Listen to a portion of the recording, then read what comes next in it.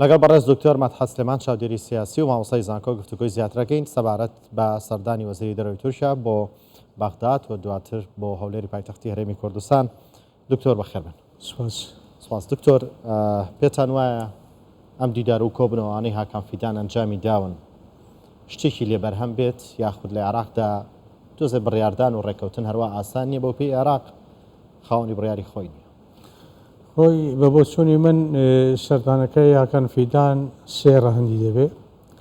ڕەهەندێکی ئەمنیە، ڕەهەندێکی ئابووریە کە بەلای تورکیاوە زۆر گرنگە، تەبان ئەمنیەکەش بەلای تورکیا زۆر گرنگە.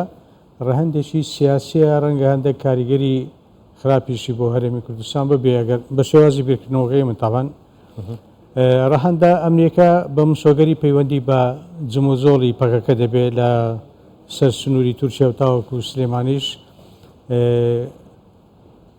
ئێمە لە بیرمان نەچێ ئەوەی کە پەکەکەی دێکا لە پێناوی ئازادکردنی کوردستانی باکوور هیچ پەیوەندێکی بە کوردستانی باکوورەوە نیە، لە بەرەوەی تەنها کێشە بۆ ئێمە دروست دەکا و لە ئەنجامی ئەو جموزۆڵانەی پەکەکە دەیکا کە بە بۆچوونی من داوەتی سوپای تورکیا دەکا بە وێرانکردنی کوردستان نزیکەی 800 لادێمان بەوانەی ئەو دوایی دهۆک و زاخۆشەوە 800 لادەی کوردستان هەموو چۆریان کردووە. ئەگەر پەکەکە نەبێ و خەڵکە دەگەڕێتەوە بەرهەمی کوشت و کاڵی و شتمان ئێمە زیاتر دەبێتن. حتممێن تورکیا دەیەوێ زەخت لە حکوومەتی عێراقی فیدرال بکە و بە مسۆگەری داوا لە هەرێمی کوردستانی ژەکە کە ئەو جموزۆرانە نەمێنێن پەکەکە دوور بخرێتەوە لە هەرێمی کوردستان. لە ڕووی یاسای نێونەتەوەیەوە تورکیا لەسەر حەقەکەت و لە کوردستانەوە یان لە عێراق هێرش بکەی سەر تورکیا تو سنووری بۆ دانەنێ ئەویش دێ هێرش دەکاتەوە سەر ئەو ناوچانی کە پەکەکەی تێدایە. ڕەهەندە ئابوووریەکە من بم دابەشی دەکەمە سەر دوو بەش. یەکەمیان لەلایەن عێراقەوە کە پەیوەندی بە هەناردەکردنی نەوتی هەرێمی کوردستانەوە هەیە. لە بیرمان نەچێ عێراق زۆری پێخۆشنی هەرێمی کوردستان نەوت هەناردەی دەرەوە بکە. هەناردەکردنی نەوتی کوردستان بۆ دەرەوە بە ساری سۆمەوە لە بەرژەوەندی عێراق و خەڵکی هەرێمی کوردستانە. بۆیە لە دەستوریش نووسیوانە ئەگەر هات و هەناردەی دەرەوە نەکرا لە بازار ساغ بکرێتەوە. لە بازاریش حکوومەت بە نرخێکی زۆر کەم دەیداتە پاڵاوگەکان، ئەوەش لە بەرژەوەندی هەرێمی کوردستان نیە و لە بەرژەوەندی کۆمپانیەکانیش نییە. بۆیە مەلەفی نەوت لەلایەن عێراقەوە بە سیاسی کراوە. عێراق دەیەوێ سەرچاوی داهاتی دارایی هەرێمی کوردستان وشک بکە. عێراق دەیەوێت کۆمپانیەکان بێزار بکە کوردستان بەجێبێنن. ئەوەش خەتەرێکی گەورەیە. بەڕاستی دکتۆر لە ڕۆ سیاسەکەی کە باس کرد کە ڕەنگە ئەو سەردانی هاکان فیدان بۆ عێراقەتی مەترسی بۆ سەر هەرێمی کوردستان هەبێت چییە؟ خۆی ئێمە لە بیرمان نەچێگە سەیری پەرتۆکەی سەرۆک بارزانانی بکەوەی ئەو دوو بەشەی سە بڵاو کراوەوە. من خەریکی تاواکردنی بەشی یەکەمم لە سەرەتای ڕوخانی ڕژێم تاوەکو پێکردنی حکوومەت ئێران و تورکیا هەردووشیان بربەست بوونە لەسەر جێبەجێکردنی مادەی 140 بە تایبەتی تورکیا. هەر داوایان لە ئەمریکا کردیا کورد نەچێتە مووسڵ و نەچێتە کەرکووک. ئەگەر ڕەهەندی سیاسی بەو شێوەیەبی کە تورکیا داوا لە عێراق بکە مادەی 140 جێبەجێ نەکرێ ئەو کاریگەریەکی زۆر خراپی دەبێت لەسەر هەرێمی کوردستان و لەسەر داهاتووی ناوچە داپراوەکانی دەرەوەی ئیدارەی هەرێمی کوردستان. ئەوە زۆر خراپ دەبێت. ڕەهەندێکی تریش هەیە، ئەویش تقریبا سیاسیە پەیوەنددارە بە ئابووریەوە. چۆچی ئێمە لە بیرمان نەچێ کە لە دادگای فەڕەنسا تورکیا دۆڕاندی ملیاردێک و قسوور دەبێت بداتە عێراق. تورکیا ئێستا ئابووریەکەی داتەپیوە و ناشیدا و دەستوانی نەیدا لە بەرەوەی ئاوەکە لە بەردەسێتی. ئەو دەیە ئاو بەرامبەر بە قەرز و ئاو بەرامبەر بە ئابووری تورکیا بەکاری بێنێ.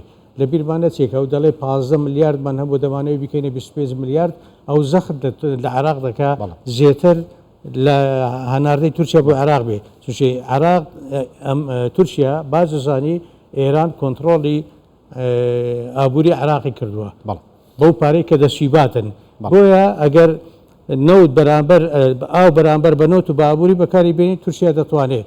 ئەمەش کاریگەری ناڕاستەخۆی لەسەر ئێمەش دەبێتن بەڕاستی. بەڵێ دکتۆر هاکان فیدان بڕیارە بێت هەرێمی کوردستان لەگەڵ بەرپرسانی باڵای هەرێمی کوردستان کۆ بێتەوە پێتان وایە ئەوەی لەسەر مێزی گفتوگۆ لە لای هاکان فیدان گرنگە لەگەڵ بەرپرسانی هەرێمی کوردستان باسی بکات چییە؟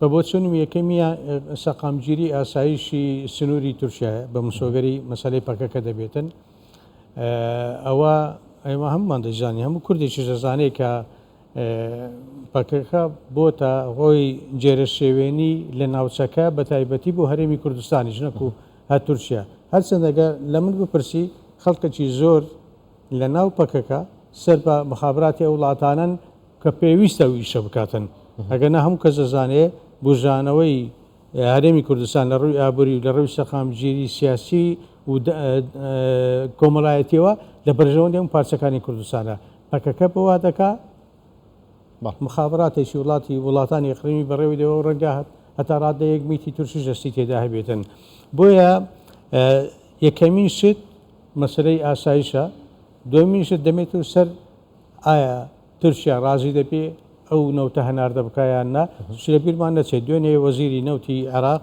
بەبێ ئاگادارکردنەوەی هەرێمی کوردستان کە دەبواە بەشێک بلەو گفتوگویانە لەگەڵ وەزیری سامانە سروشتەکانی تورکیا کۆبنەوەی کردووە لەو کۆبنەوەیە تازە بە تازە لە دوای 5 مانگ دەڵێن ئێمە دیارە نەگەیشتونە ڕێکەوتن دەڵێ بە دووادەچون دەکەیم زانی ئەو بۆڕیە نەوتانە زەرێنان پێکەوتووە لە دوای بوومە لەرزەکەەوە بوومە لەرزەکە لە پێش مانجی سێوە بووە لە مانجی سێوە ئەو نەوتە ناڕاتن هەتا ئێستا ئەوان نەچونە کەشفیەوە بۆ ڕێ بکەن ئایا زەرمەند بۆیان نا دیارە نەگەیشتونە ڕێکەوتن بۆیە لێ دوانێکی بەو شێوەیانداوە پێتان وایە عێراق بتوانێت کۆنتترۆلی پەکەکە بکات و ویستی هەیە بۆ کۆنتترۆلکردنی یاخود ناتوانێت کۆنتترۆلکردنی ئەو سنوورانە تەنیا بە پێشمەرگە دەکرێت سەدام حوسێن گەورەترین لەشکری هەبوو لە شەرق ئەوسەد و جبەخانەیەکی سەربازی زۆری هەبوو نەیتوانی دەرهەق بە پێشمەرگە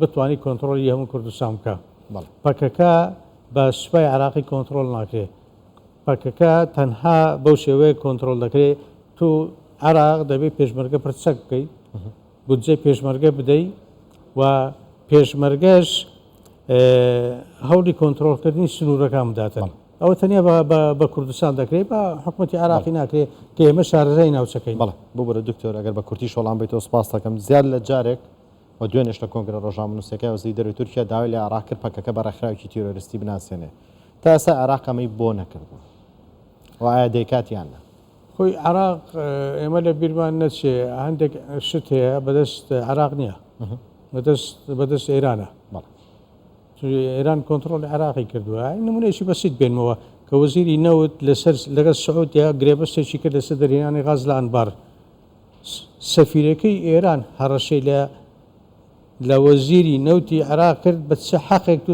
تۆڵین گرێبەست بکە ئەوێ زۆنی سەربازی بنە و تا 4 ساڵی تریژ مافردنەیە گرێبەستێ بکەیت لەبەرەوەی دەبێت غازەکە لە ئێران بکڕێت دەتوانین بڵێن عێراق ئەگەر بە بەڵی ئێرانە بێ ناتوانێت هیچ ڕێکوتێکیش لەگەڵ هاکان فیدان و تورکیا سش پەکەکە باشترین پەیوەندی لەگەڵ ئیطلاعات و پاسداران هەیە بۆیە گرۆپە سەوزەکە دەبێت لە ئێرانەوە پێ بکرێت و ئەگە عێراق و بڕیارش بە هەر هیچی پێ ناکرێت دەبێت تەنسیقەکی 100% لەگەڵ وەزارەتی پێشمەرگە و لەگەڵ حکومەتی هەرێمی کوردستان هەبێتن بەڵێ ڕێز مەدحەت سلێمان چاودێری سیاسی و مامۆستای زانکۆ لە ستۆدیۆ ئامادەبووی سپاس بۆ شڕۆڤەکانە دکتۆر بەخێرات